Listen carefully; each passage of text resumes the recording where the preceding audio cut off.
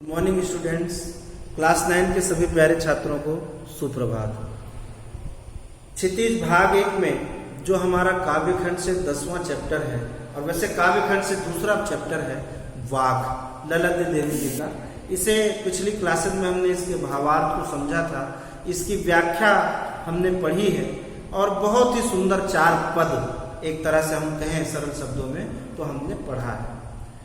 इनके भावार्थ को समझने के बाद इनके क्वेश्चन आंसर्स की बारी आती है कि आखिर इसमें जो प्रश्न उत्तर है उसको भी हम थोड़ा सा जब समझ लेंगे, उसकी भी थोड़ी सी हम आपको व्याख्या कर देते हैं, ताकि कुछ अगर आपके मन में अर्थ को लेकर कुछ कंफ्यूजन हो, कोई भ्रम हो, कोई डाउट्स हो, तो वो उससे क्लियर हो जाएंगे। प्रश्नों के उत्तर पर हम आज थोड़ा सा डिस्कशन करेंगे, उसके बाद आप क्वेश्चन आंसर इसके लिखेंगे। वाक में पहला प्रश्न है कि रस्सी शब्द यहाँ किसके लिए प्रयुक्त किया गया है। एक पहला पद में आया था भाव कि कच्ची रस्सी से मैं अपने जीवन की नाव को खींच रही हूँ, अर्थात सांस रूपी जो डोर है कभी भी छूट सकती है। एक इस तरह का भाव पहले पद में आया था। रस्सी शब्द का उसमें कवित्री ने प्रयोग किया था। तो ये रस्सी शब्द किसके लिए प्रयुक्त किया गया है, पहला प्रश्न है हमारा। तो कवित्री ने इस नाशवान शरीर के लिए और अपने प्राणों के लिए रस्सी शब्द का प्रयोग किया है। ये रस्सी कच्चे धागे की है जो क्षीण और नाशवान है।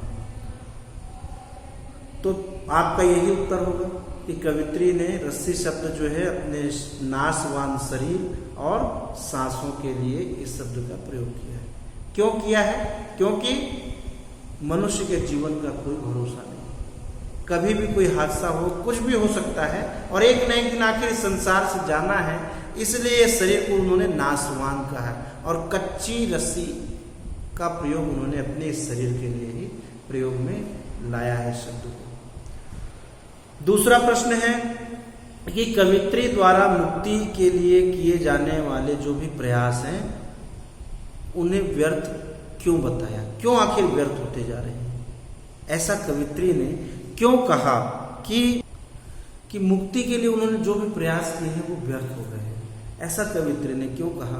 तो इस प्रश्न का उत्तर आप ये लिखेंगे। उसका अर्थ ये है कि कवित्री को लगता है कि इस शरीर, नाशवान शरीर और अपनी जो सांसें जो किसी भी क्षण रुक सकती है, इस कच्ची रस्सी के भरोसे वो इतने बड़े संसार रूपी भवसागर में तैर रही है, यात्रा कर रही है, और इस संसार में वो जब उस शरीर के भरोसे वो यात्रा कर रही है तो उन्हें डर भी लगता है कि अभी तक के उन्होंने जो जीवन जिया वो संतोषप्रद नहीं था, ईश्वर के लिए प्राप्ति के लिए उन्होंने कुछ भी नहीं किया है, तो कहीं ये रस्सी छूट ना जाए, ईश्वर को पाने से पहले ही कहीं मेरी सांसें रुक न जाए।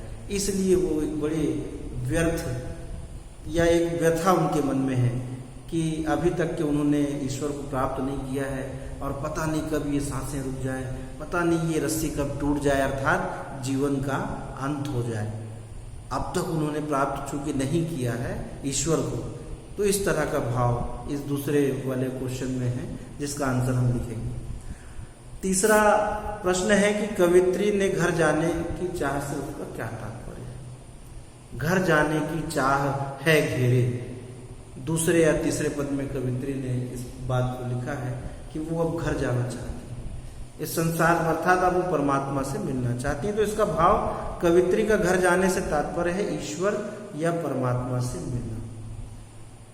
वो कहते हैं कि संसार में जो भी उन्हें अनुभव हुआ है वो अनुभव उतना संतुष्टि प्रदान करने वाला नहीं है, वो आनंद और वो सुख प्राप्त करने वाला जो है अनुभव उन्हें नहीं मिला है। वो ये अनुभव करती है कि सच्चा सुख तो ईश्वर से मिलन में ही। तो घर जाने की चाह है घेरे का अर्थ यही है कि इसीलिए चूंकि संसार में सुख की कामना उन्हें नहीं रह गई है, अब वो अपने परमात्मा से मिलना चाहती है। जिसने उन्हें जन्म दिया उसी परमात्मा से मिलना ही उनका घर जाना है। आत्मा का परमात्मा से मिलन ही घर जाने की चाह। अब है भाव स्पष्ट कीजिए। चौथा प्रश्न हमारा कि जेब टटोली कौड़ी न पाई और खा खा कर कुछ पाएगा नहीं। तो जेब टिटोली कौड़ी न पाई का भावार्थ यही है कि कवित्री जब अपने जीवन के अंतिम क्षणों में ये विचार करती है, आत्मावलोचन करती है कि उसने इस जीवन का किस प्रकार का उपयोग किया, इस जीवन में उसने क्या क्या कमाया अर्थात अर्जित किया, तो कवित्री ये पाती है कि जब वो सोचने बैठती है, विचार करने बैठती हैं, तो वो ये पाती हैं कि उसने इस जीवन में कोई भी अच्छा काम नहीं किया जिसे वो अपने परमात्मा को बता सके, जिसे वो अपने उस प्रभु को जिसने इस संसार में उसे भेजा है उसे वो गिना सके कि भगवान तुमने मुझे संसार में भेजा था और मैंने ये अच्छे कार्य किए हैं, तेरे दिए हुए जीवन में मैंने ये काम किया है। तो पहली जो पंक्ति है जेब टिटोली कौड़ी न पाई का मतलब यही है, जेब का अर्थ है जब उसने अपने जीवन के बारे में पूरा एक सिंहावलोकन किया, पूरा जब विचार किया तो उसने पाया कि उसने कोई भी अच्छा काम नहीं किया।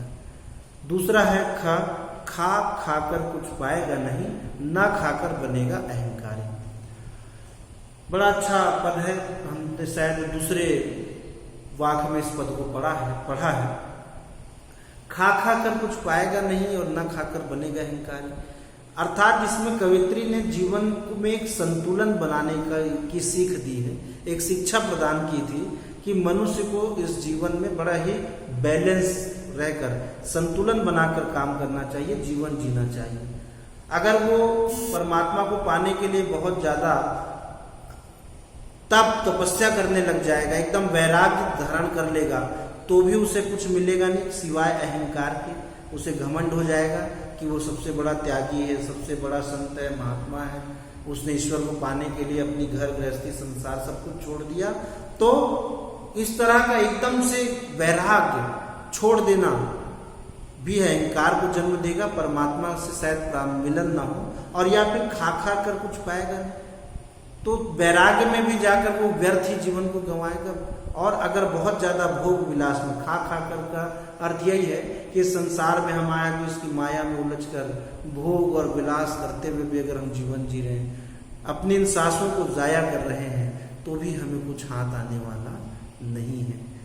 अर्थात ये जीवन हमें भोग विलास करने के लिए भी नहीं मिला है, बहुत ज्यादा भोग में सुखों में रहने के लिए और अपने प्राणों को गंवा देने के लिए भी नहीं मिला है, और ना ही बहुत ज्यादा त्याग, तपस्या, व्रत, उपास, नेम, धर्म और इन सब कामों के लिए भी नहीं मिला है। न भोग और ना ही बहुत ज्यादा योग, एक सामान्य जीवन, सरलता के साथ जीवन जीना ही और ईश्वर की प्राप्ति के लिए सत्कर्म करना, यही इस जीवन का सार है। ऐसा इस पद का अर्थ है। इसके बाद हमारा अगला 5वां प्रश्न है कि बंद द्वार की सांकल खोलने के लिए ललित देवी ने कौन सा उपाय सुझाया है।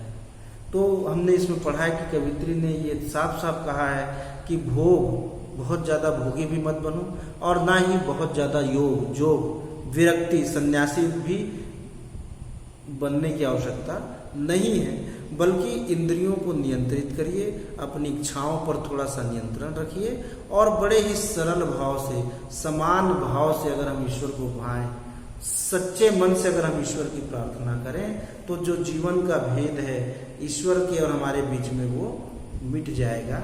अर्थात हमारे ज्ञान के जो दरवाजे बंद हैं उसकी कुंडी या सांकल खुल जाएगी। 6वां प्रश्न है कि ईश्वर प्राप्ति के लिए बहुत से साधक हठ योग जैसी कठिन साधना भी करते हैं, लेकिन उससे भी लक्ष्य की प्राप्ति नहीं होती। ये भाव किन पंक्तियों में निहित है।